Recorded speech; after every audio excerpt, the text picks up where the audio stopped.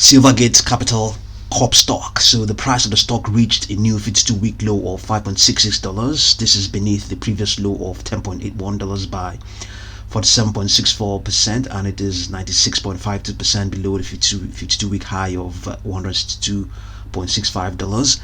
The bank or the stock has since become a target for short sellers. The short interest for the stock is estimated to be as much as 22.6 million shares, which is around 82% of the float, making it the most shorted stock in the US in terms of percentage of float, even though Fintel is saying it is at 70.62%.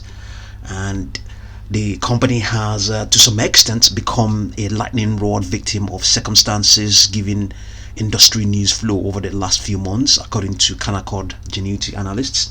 And today, the 2nd of March 2023, the stock lost 57.72% on above average volume of 57.4 million shares. And the news behind that is that crypto asset heavyweights Coinbase Global and Galaxy Digital today dropped the company as their banking partner after the lenders latest filing raised questions about their ability to stay in business. So Coinbase and Galaxy Digital also said they had minimal exposure to Silvergate, which has been plunged into a crisis stemming from a bank run after the collapse of major crypto exchange FTX in November. That run is split investors. So today, the company delayed its annual report and said it has sold additional debt securities investments that can include bonds and notes to repay debts this year, and was evaluating the impact of these events on its ability to continue as a going concern.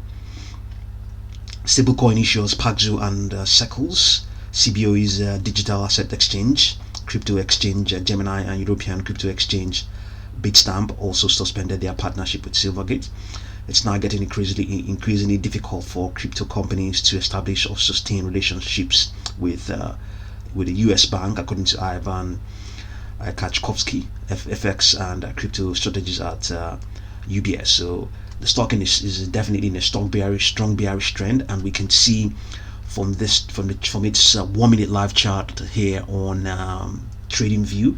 Upper projection on this 1-minute live chart is 5.88, but there's a further downward projection in this post-market session of $5.54. But let's look a bit further and see what's going on the daily chart. You can see that it's right on its most extreme downward projection of $5.17. Upper projection is 36.31. So obviously, we all know very well what goes on with stocks that are heavily shorted and also facing difficult financial or fundamental issues. So you can't rule out a spike. This has plunged to a 52-week low. Expect a rebound, but I can't really say that there's going to be a guarantee that's going to get rebound to around $36, but never rule anything out. What other market participants or retail hands are looking at right now is a potential short squeeze. So we can see that yes, we have it's actually on its weekly chart, it's trading below its most extreme downward projection of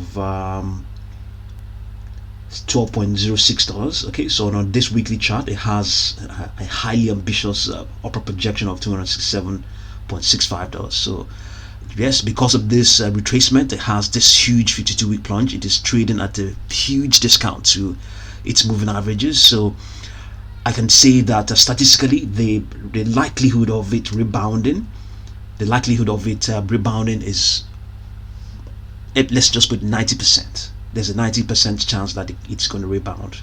So, and it's also of great interest to a lot of the retail market participants.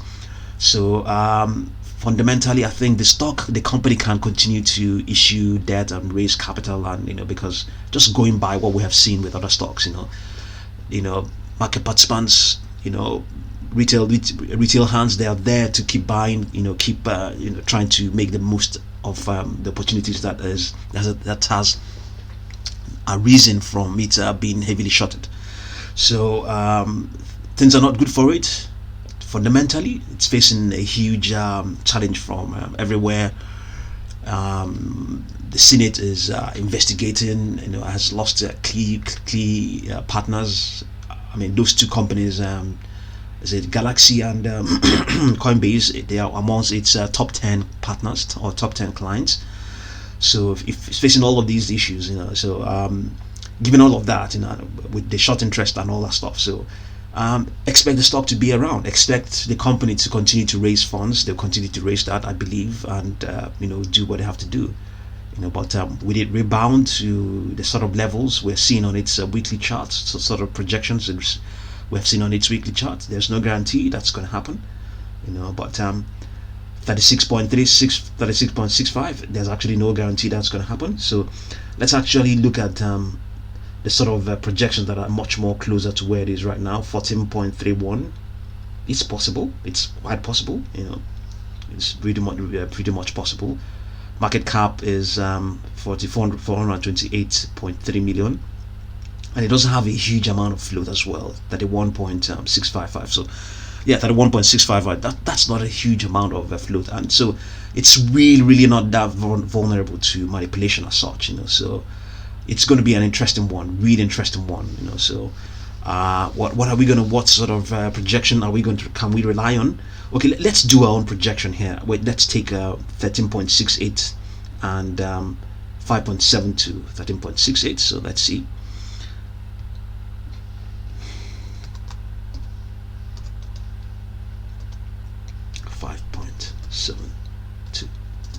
Okay, we multiply that by 2.618. We have $20.83. Okay, add that to 5.72. So we have a projection of 25.55. That's our projection, 25.55. Just given this manual approach to determining Fibonacci projection. So we have 13 point. That was the price as of yesterday, the 1st of March. 13.68. That was where it closed, and then it closed at today at 6.22. I think. Okay, sorry, I have to recalculate. 13.68 and 13.68 minus 6.222. We have 7.46 multiplied by 2.618. We have 19.53. We add that to 6.22. So we have, yes, projection of 25.75. Let's see whether that is available on TradingView. 25 point, let's see, 23. We have 24. Okay, this is so I think 24 is the closest to 25.14. So this is pretty much in line with what we have, 25.14. So between 25.14 and 25 yeah, that sort of level. So but what is statistically inherent here is that there's a 90% probability that it's going to rebound from this sort of lows. Okay, so see what you make of it, and just be really careful. I'll continue to update you. Thank you very much for watching this video.